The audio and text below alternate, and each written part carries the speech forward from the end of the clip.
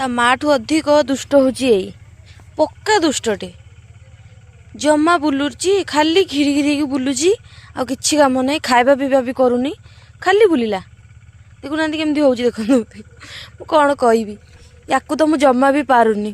ବହୁତ ମାନେ ଏତେ ଇଏ ହେଉଛି ସିଏ, ମାନେ ମୁଣ୍ଡ ପୁରା ଖରାପ ହେଇଯାଉଛି। ସକାଳେ ମା ପାଖେ ଶୋଇଥିବ, ଆଉ ଟିକେ ପରେ ଦେଖିଲା ବେଳକୁ କୁଆଡ଼େ ବୋଲି କୁଆଡ଼େ ପଳାଉଛି। এটা ପକ୍କା ବାଇଆଟା। ତା ମା ତ ଏକ ନମ୍ବର ଦୁଷ୍ଟ, ଆଉ ତା ଝିଅ କୋଉଠୁ ଭଲ ଆସିବ।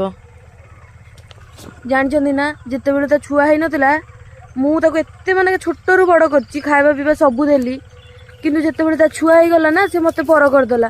ପୁରା ମୋତେ ମାରିଲା, ତା ପାଖରେ ପୁରେଇ ଦଉନି, ମୋତେ ମାରୁଛି।